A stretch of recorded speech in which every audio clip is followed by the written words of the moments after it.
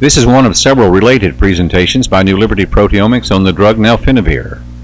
Here we look at its behavior and potential as a promiscuous inhibitor of proteases.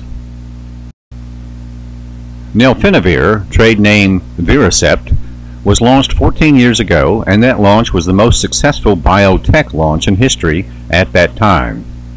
Nelfinavir binds to and inhibits the activity of HIV protease. Since the viral protease activity is required for the virus to replicate, Nelfinavir is a continuing part of a successful treatment regimen for the control of HIV. That's the good news. As with nearly all drugs, Nelfinavir use leads to a variety of side effects. Some of these can be categorized as mimicking conditions associated with heart disease. These include hyperlipidemia and hypercholesterolemia, etc. Other side effects mimic conditions associated with diabetes, elevated blood sugar or hyperglycemia, and increased resistance to insulin. That's the bad news. Let's get back to the original theme. Nelfinavir was designed as a selective inhibitor of HIV protease. But is it selective? Let's look at some recent work. Gupta et al. Showed that Nelfinavir inhibits the proteasome of cancer cells in 2007. In our work in 2010, we demonstrated that Nelfinavir inhibits proteases from multiple sources and classes. The drug is also modestly effective in controlling another viral disease, hepatitis C.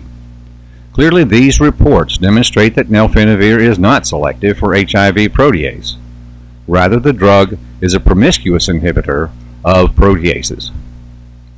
So, a working hypothesis for Nelfinavir is that it is a general-purpose but biologically tolerated protease inhibitor.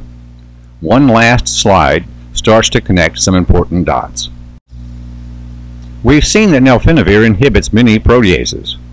Foreshadowing a related video, Nelfinavir also inhibits growth of a wide range of cancer cells.